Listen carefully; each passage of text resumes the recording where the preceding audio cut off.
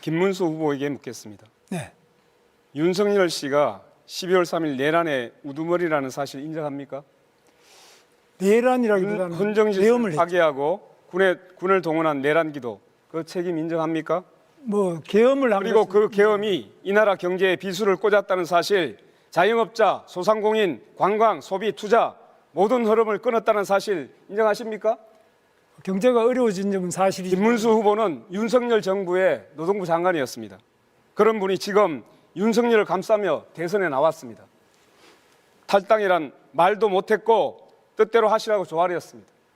그 대가로 윤석열 지지선은 받으니 기쁘십니까? 이쯤 되면 내란 우두머리 윤석열의 대리인 아닙니까? 윤석열 때문에 치러지는 선거입니다. 무슨 자격으로 여기 나오셨습니까? 분명히 말씀드립니다. 국민 앞에 석고대죄하시고 사퇴해야 하는 것 아닙니까? 답변해 보시죠. 지금 말씀이 좀 과한데요.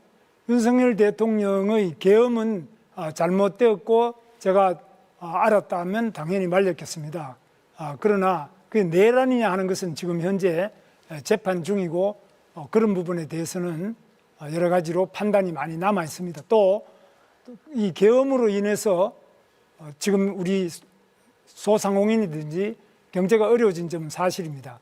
그러나 그에 못지않게 또 김문수 그동안 의원님, 계속 탄핵이다. 김문수 의원님, 이런 많은 어려움 잠깐 때문에 제가 말씀드리겠습니다. 30초 보장을 해주셔야죠. 지금 이것은 총량제입니다.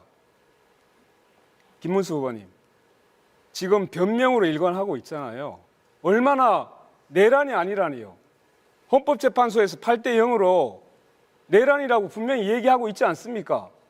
비상계엄이 헌법 위반된다고 분명히 얘기하고 있지 않습니까? 헌법재판소에서 내란은 뺀 거 모르십니까? 잠깐만 기다리세요. 네. 헌정을 유린한 정권이 내란이 아니고 뭡니까? 아니, 그 책임에서 빠져나오는 태도 이거 계속 보이시겠습니까? 헌법재판소에서 내란으로 원래 국회에서 소추를 했다가 국민 여러분, 소추장에서 내란은 뺐습니다. 그래서 윤석열을 지금까지 비호하신 분이 누구입니까? 아니, 얼마나 비호가 화가 납니까? 근데 우리 권영국 얼마나 답답하십니까? 말씀을 경제 토론 똑바로 아닙니까, 해야죠. 이거? 네. 네, 자, 이렇게 하겠습니다. 자, 경제 분야고요. 지금 주제는 저성장 극복과 민생 경제 활성화 방안입니다. 간단히 안내를 드리면 각자 후보원들마다 6분 30초의 개인 시간이 있고 개인 시간 안에서 답변도 하시는 것이기 때문에 자신의 시간을 하기 싫으시면 답변을 안 하시면 됩니다. 답변하시는 시간도 개인 시간에서 차감됩니다. 네, 권영국 후보. 마지막으로 정리하겠습니다. 이 부분. 제가 경제 얘기를 해야 되는데 이 아까운 시간에 이 말씀을 드리고자 하는 것은 기본적으로 민주헌정 질서 이것을 유린했던 정당의 그리고 노동부 장관이었습니다. 그리고 윤석열 씨를 비호했던 사람입니다. 진심으로 사과해야 됩니다. 그리고 자격 없다고 생각합니다. 그래서 국민 여러분, 여러분께서 감히 이렇게 부탁드립니다. 중대재해처벌법이 악법이라고 했던데 매년 산재로 몇 명의 노동자가 죽는지 아시죠? 네. 구의역 김군, 태안화력발전소 김용균, 평택항 이선호, 파리바게뜨 SPL 박선빈, DLENC 건설 이용직 강보경 이런 청년들이 계속적으로 죽어가고 있어요. 하루에 6명의 노동자가 출근해서 집으로 돌아오지 못하고 있습니다. 그런데 여야 합의로 만든 중대재해처벌법이 악법이라고요? 저는 제2의 윤석열을 보는 것 같습니다. 노동자의 생명과 안전을 이렇게 무시해도 되는 겁니까? 답변하세요. 중대재해처벌법은 처벌 위주의 법입니다. 그런데 산업재해를 없애기 위해는 예방 위주로 가야 됩니다. 예방은 최근에 AI도 발전하고 드론도 발전하고 로봇도 발전하고 여러 가지 CCTV도 발전해서 예방을 위한 시설을 하고 미리 그걸 예방을 해야지. 사람 죽고 난 다음에 그 사업주를 처벌한다고 해서 재해가 그러면 줄어듭니까? 사망자가 줄어듭니까? 그래서 저는 예방 위주로 가야지. 듣겠습니다. 처벌 위주로 끝까지 듣겠습니다. 잘못이라고 봅니다. 지금 예방 위주로 하는데 아무리 그런 걸 예방을 하라고 해도 돈이 드니까 지금까지 안 해온 거예요.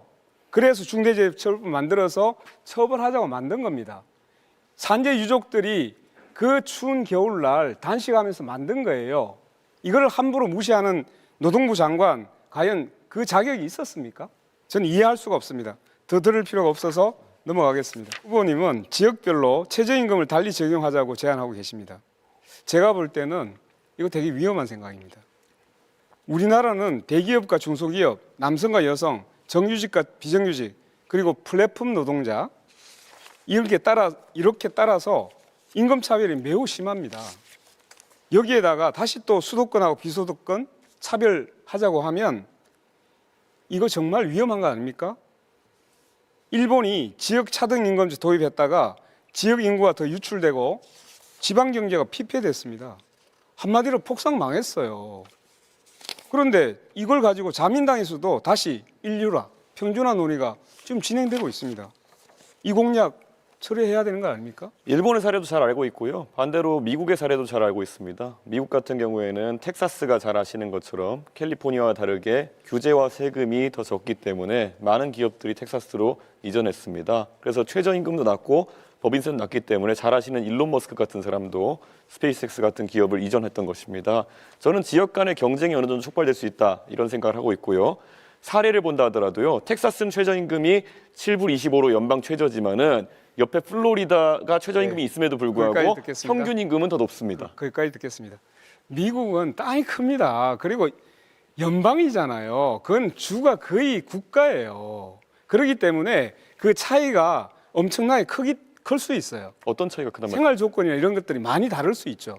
그런데 일본 같은 경우보다 우리나라는 훨씬 더 땅이 좁습니다. 그리고 생활이라는 것이 그렇게 큰 차이가 있는 게 아니에요.